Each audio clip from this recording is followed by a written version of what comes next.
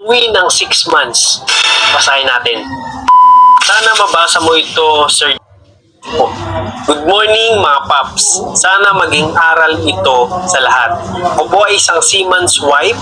Mahigit 6 na taon na kami ni Marino. Mabait siya, responsable at handang magsakripisyo para sa anak namin.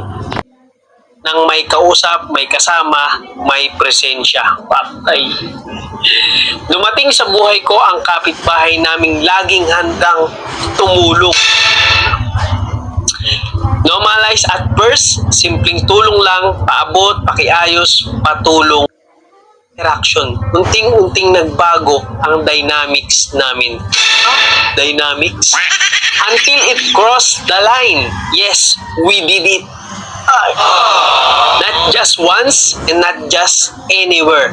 Sa mismong kwarto namin mag-asawa.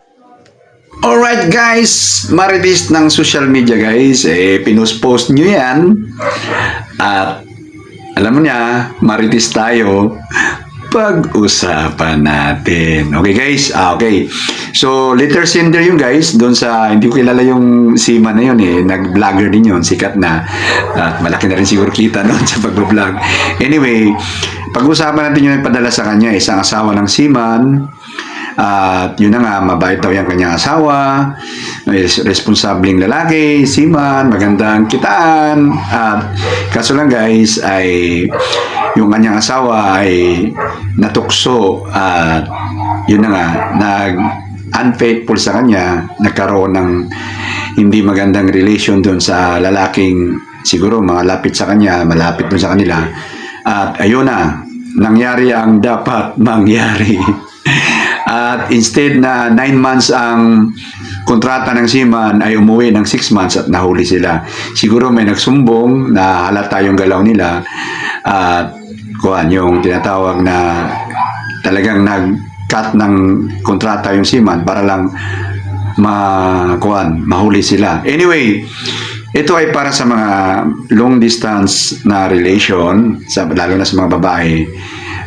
Sayang kasi so paano bang dapat gawin para makaiwas tayo sa mga tukso, lalo na kung wala yung ating asawa, especially kung seaman. Kasi ako guys, seaman talaga ang course ko, so hindi lang nagkataon lang na hindi ako sinwerte. Isa akong casualty sa course namin, nautical. So pasalamat na rin ako, may reason yung may nakita ko na yung rason ng Panginoon bakit hindi ako nakasakay ng barko.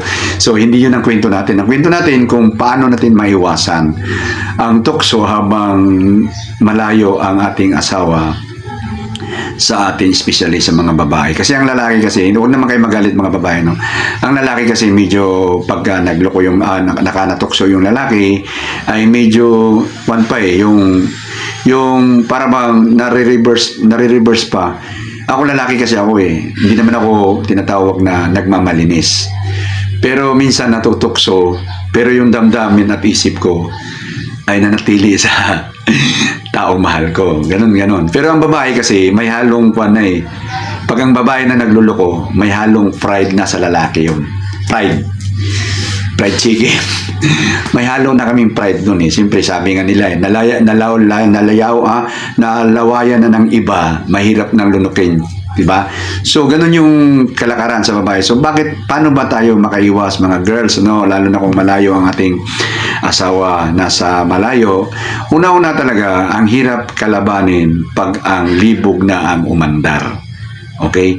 Pag ang libog na umandar, kahit sabihin mong nilalabanan ng kaisipan mo, ang puso mo na loyal ako, mahal ko yung asawa ko, pero pag ang libog na umandar, nandun yung demonyo no? So ang hirap niya nang pigilin. Bahala na si Batman, ganon. So paano nga ba natin malabanan tayong girls, Una-unang gawin natin girls ay dapat ay maging busy tayo. Busy tayo sa bahay, sa mga anak natin, at lalo na sa kasi pag seaman ang asawa mo, ang seaman kasi malakas kumita, malaki ang kita. But, good as last sakay sila. Ano bang ibig sabihin nun? Contractual kasi ang seaman guys. Pag baba ng barko, wala silang income, yung mga naipon mo, lalo na kung babae na walang asa-asa lang din sa asawa. So nasa bahay lang, aasa lang. So pagkababa nila ay wala na silang kita. Pag sakay nila, marami pa silang harapin, mga renewal, mga especially yung tinatawag na medical. O isa yan sa dahilan bakit ako ay hindi rin nakasakay dahil sa medical. So pag yan ang medical na ang bumanat sa'yo, ay hindi ka na makakasakay. So ganun ang mangyayari sa mga seaman, guys, no? So, dapat ikaw babae, busy ka. Hahanap ka ng paraan na magdagdag ng kita o hindi ka na aasa sa asawa mo kasi mahirap din ang seaman, baka matukso dun sa iba. So, hindi na uwi sa'yo. Marami na ngayong ligawan sa social media, di ba? So, hindi ka rin makakasiguro. At least ikaw, busy ka. At least handa ka. So, busy ka dapat babae, no? Pangalawa, kailangan malapit tayo sa Panginoon. Si Lord ang magbibigay sa atin ng kaiwasan sa tukso. Isa yan sa lalabanan ang ating libog, ang ating naramdaman na mayroon tayong Panginoon na gagabay sa atin. Marunong tayong magdasal, guys. Kung wala kang Panginoon, di good luck sa'yo. Pangatlo natin gawin ay harapin natin yung katotohanan. Ano bang harapin ang katotohanan? Ang tao ay may libog talaga, no? May libog. Marunong ka magsarili. Ikaw babae, huwag kang mahiya, huwag kang mahiyang kalikutin yung anong dapat kalikutin diyan. Pag mag-isa ka, no? Pag nakuhan ka, lalo na yung babae kasi pag-after ng menstruation nila, nandyan yung malakas ang libog eh. No, libog. So, yun ang mahirap i-control pagka nandiyan yung sitwasyon. At pangapat, guys, ay iwasan nating makipag-close sa mga lalaki. Okay? Tulad yung ni ate, sabi niya, una daw, inutos-utusan lang niya siguro yung kapitbahay nilang lalaki, inutos-utusan niya at pumayag naman. Hanggang sa nakita niya yung attractive niya sa lalaki kasi nga, may libog na siya eh. May mga time na nalilibugan siya. Makita niya yung katawan ng lalaki, nakahubad siguro, mga ano-ano dyan, yung tusan niya. Tapos nakita niya yung bukol, nandun na, wow. So, iwasan natin, dumistansya tayo. Kahit sinong lalaki, kahit hindi, bakit pinsan, kumpare, ka-close ng asawa mo, iwasan mo. Bakit? Ang lalaki, guys, okay girls, ang lalaki kasi pag alam nilang tigang ka, at ang lalaki, pag alam mo na, pag medyo may kabataan pa, ay pag may butas, pasok talaga yan. Sino ba naman ang tatanggi ikaw lalaki kung ang palay na lalapit sa'yo? Ika nga, ang babae na nagbibigay ng motibo sa'yo. Walang lalaking ganun, no? So, meron siguro mga edad, katulad ng edad ko. Sa ngayon kasi, pag ginawagan mo sa akin yan, medyo iwas-iwas na ako ng konti kasi nabawasan na yung kon ko eh. Yung kalibugan ko. Pero nung magkabataan ko, harang-harang ka sa akin. Tapos ka talaga.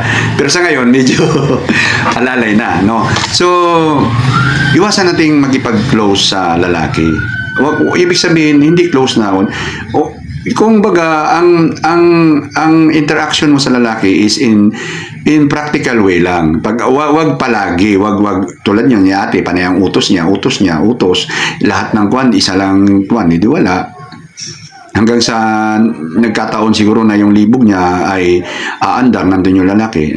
Kwan talaga sila. Nagkaroon sila ng dynamic, sabi nga niya. So, yun ang iwasan. Ito yung pang-apat, guys, no? At pang-lima, yung gimmick. Yung bang kumari sa kumari. Nakikita ko yan, lalo na kung nung panahon na yung mga nagsusumba pa ako. Nagsusumba ako dati. Hanggang ngayon naman nagsusumba ako. Hindi ko lang binablog. Pero nagsusumba, okay lang sila na mga babae, nagbe-birthday sila sa sumba, ganun. Ang problema lang yung magbe-birthday na, uy, kumari, punta tayo rito. Kung birthday, tapos nandun nag-inuman na, hahalo na yung mga lalaki. Pag sinabi nga nila, pag may alak, may balak. So, iwasan natin yun, girls, no? Kasi, wala yung asawa mo eh. Malapit ka sa tukso. Kasi, kumbaga, sayang nga, sabi ni ate, yung kanyang asawa ay mabait. Tapos, di ba, pag mabait ka talaga, madali kang, kumbaga, kailangan talaga bruskuhan talaga eh. Kung ikaw lalaki, kailangan bruskuhan ka. Ganon. Kasi hindi pwedeng Sabi nga nila pag mabait ka, malakas ang loob ng babaeng gumawa ng kalokohan kasi alam nila na kayang-kaya kanilang tinatawag na i-manipulate kasi mabait ka na tao eh. Pag lalaki tayo, kailangan ipakita natin yung pangil natin. Ipakita natin yung sungay natin. Kasi pag hindi natin pinakita ang sungay natin sa asawa natin pangil, sigurado yung asawa natin, hindi magdadalawang isip gumawa ng kalokohan yan. Kaya siguro isa yun sa mga dahilan niya yung mga babae, pag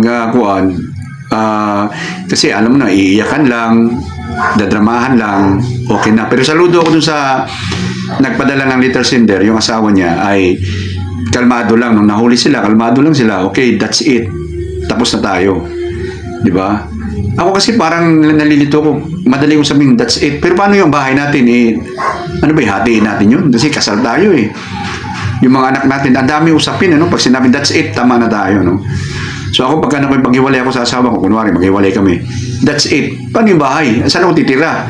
Ikaw, saan ka titira? O di ba sumama ka na doon sa lalaki mo, okay? So ganun yung guys, ganun girls, no? Hindi lahat ng babae ngayon ay pinagpala ng lalaking nagmahal na matino. Maraming babae ngayon na matandang dalaga dahil bakit? Naubusan ng lalaki.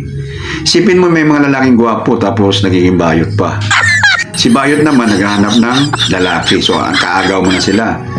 Kaya yung ibang babae, kahit na may asawa na, pumapatol. Kasi bakit? Kulang sa lalaki. Tapos ikaw ngayon babae na may matinong asawa, maganda magkumita, nakuha mo pang sayangin, no? So, count your blessing, ika nga. Kaya kailangan nandyan si Lord sa puso't isip natin para maiwasan natin na matukso. Ngayon, si Libog, self-con mo na. Self-reliance mo na. Sarili mo na. Marunong ka magpaligaya sa sarili mo para makalaban natin si Libog, no? Yan ang kalaban eh, Libog, pag malayo sa ating asawa. So, yun lang guys, marites ng social media. Bye-bye. Kita-kita sa next video guys. Bye-bye.